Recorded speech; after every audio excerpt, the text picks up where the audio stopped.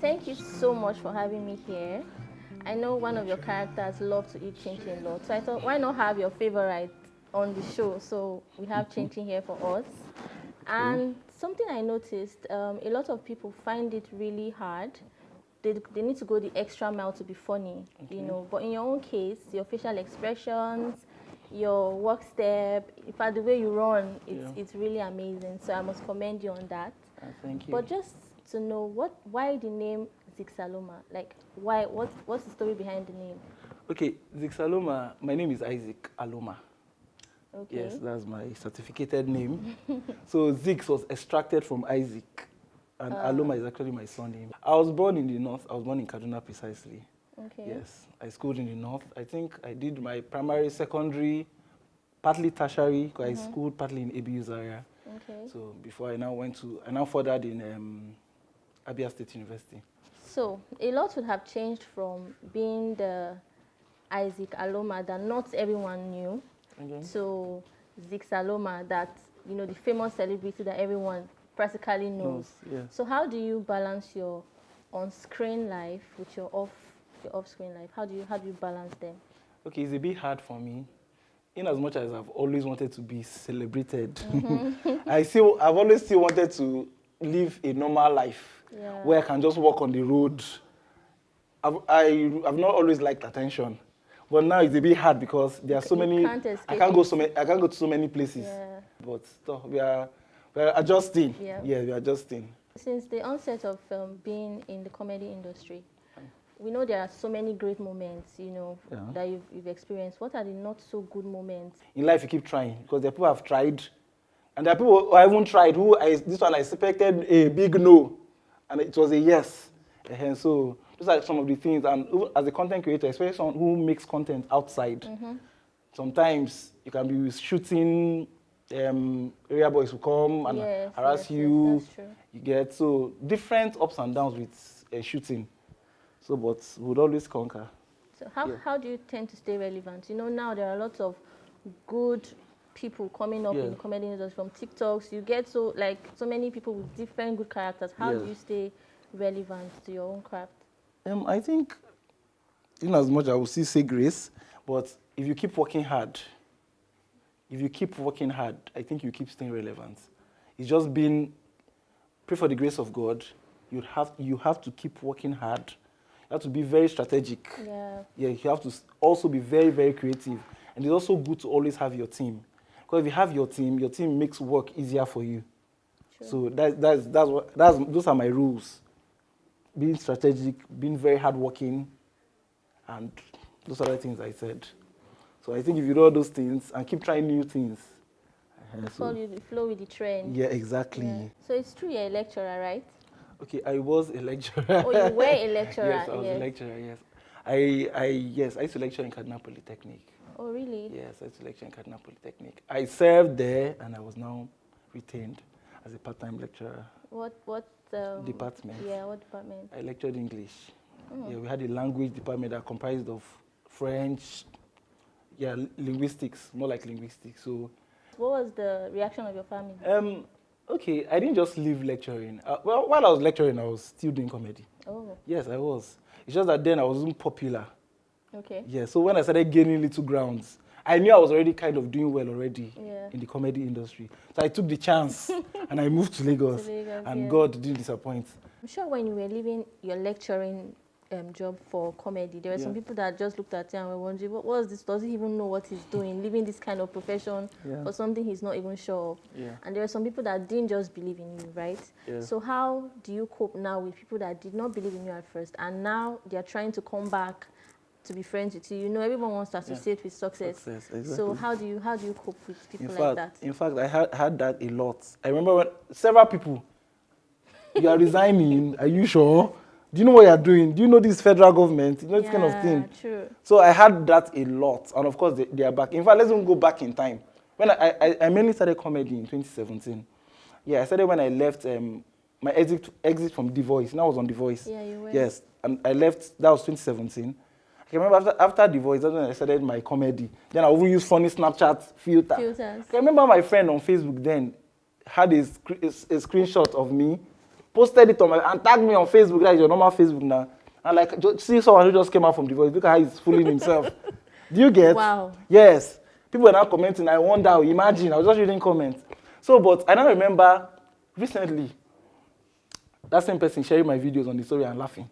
That same person asking me for, wow. Do you understand? Yes. So it's just good to always believe in yourself. If you are sure of yourself, if you have a conviction, because if you start up things newly, people will always, most times, people will always discourage you. Doubt you. Yeah, they'll always doubt you, but it's always very good to believe in yourself.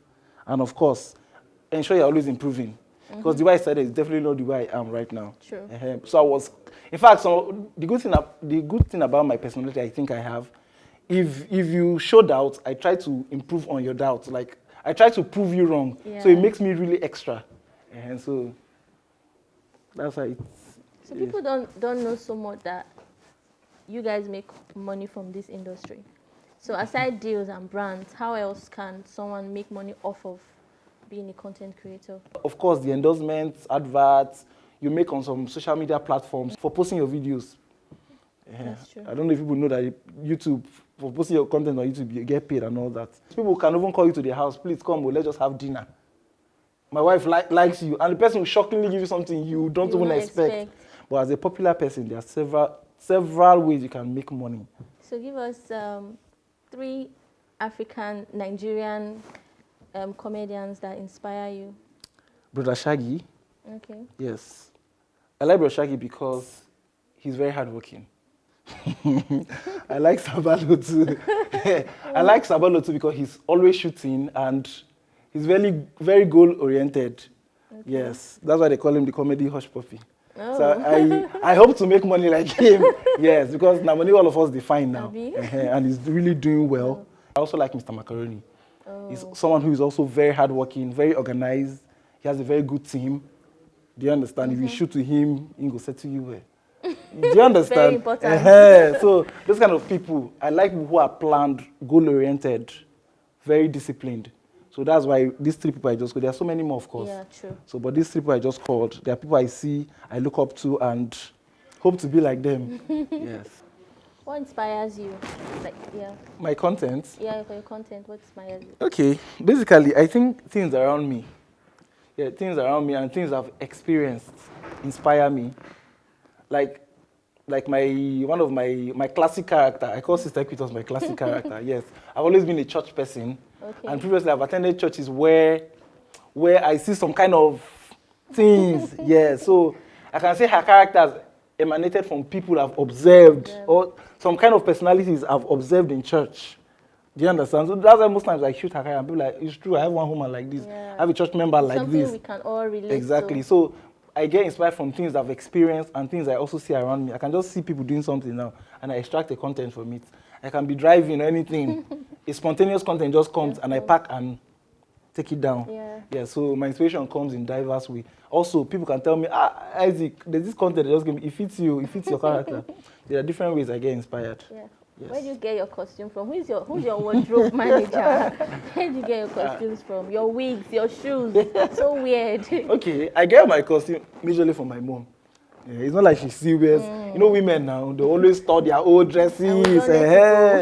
So when I started shooting, especially during that lockdown period, she was tired of me. I was always ransacking her wardrobe. Her old clothes, I'll bring up Ghana must go. I'll see all these her caps and everything. You leave them. I started using them. So most of my costumes came from my mom, and I started getting popular, more popular. Yeah. People started even sending hair brands. Like, there's one funny wig I have, but let me send it to you now. I said, send, why not? So that's how I got my costumes.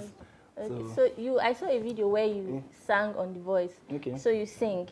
Yeah, I sing. You were lecturing, and then you're into comedy. Yeah. You were doing like, you're just trying, testing so many things. Were you trying to look for the one that would, make you? No, not really. Like, I'm this kind of person that anything I do, I deeply do it.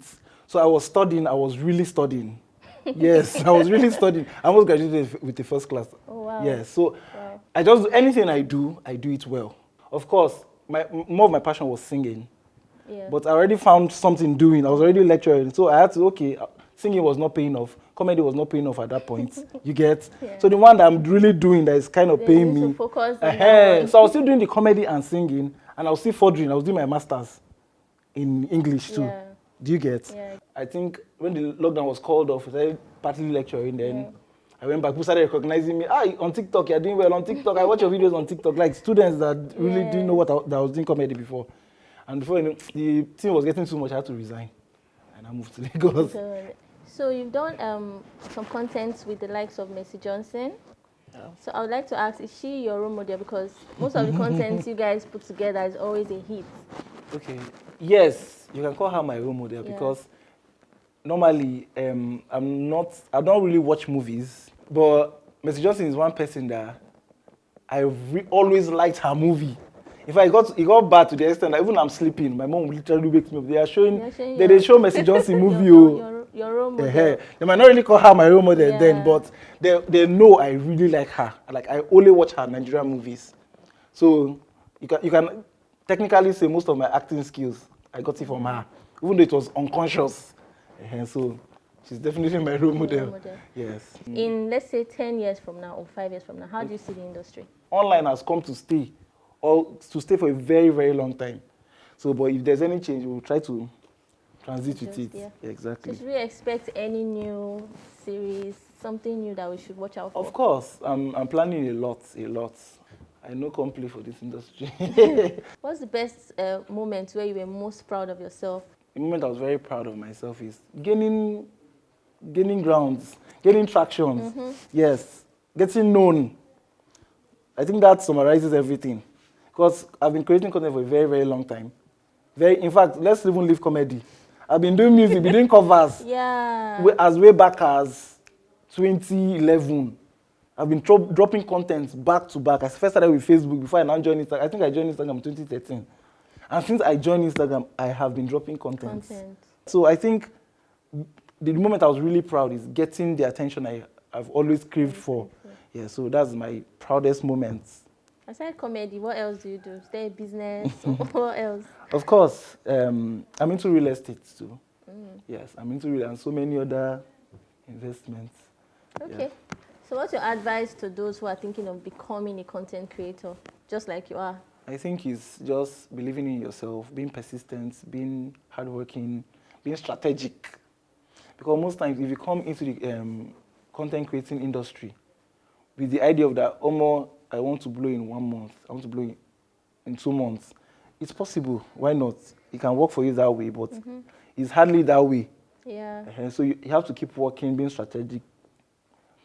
Keep working hard. In fact, I even advise most aspiring content creators, do not just say, okay, I finished school, I want to go into content creating. It's not something that might start paying you. As soon as exactly. You started, I was working, I was still doing content I was still creating content as a working class, because content creation needs funding. It's just that you want to create content and you don't have it, you are using a very small China phone.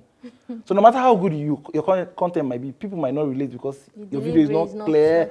I don't have data. Why have not you uploaded video for the past 1 month? I don't have data. You understand? So you need money to fund your content creation. So you can actually even pay blogs to promote your videos. If your content is good, it will go viral. So as a content creator, get something else that funds your content creation before it starts paying you fully. Then you cannot live what you were doing. So that's my advice to them. So what's your advice to us, your fans? What advice do you have for us? What's your message to us? Not even advice. What's your message to your fans? Okay, my message to my fans is that I love you guys so much. Oh. I love you all. Without you guys, I wouldn't be Zicsaloma, the Zicsaloma you know. So please keep watching. Many more things are coming. So just don't touch the dial. Yeah. Just keep watching. Thank you. So can you have your chin-chin now? Okay. I'll take it home. Okay, guys, this is your boy Zicsaloma, aka 60 Queers in Equitos. Keep watching, inspire me. Cheers, guys.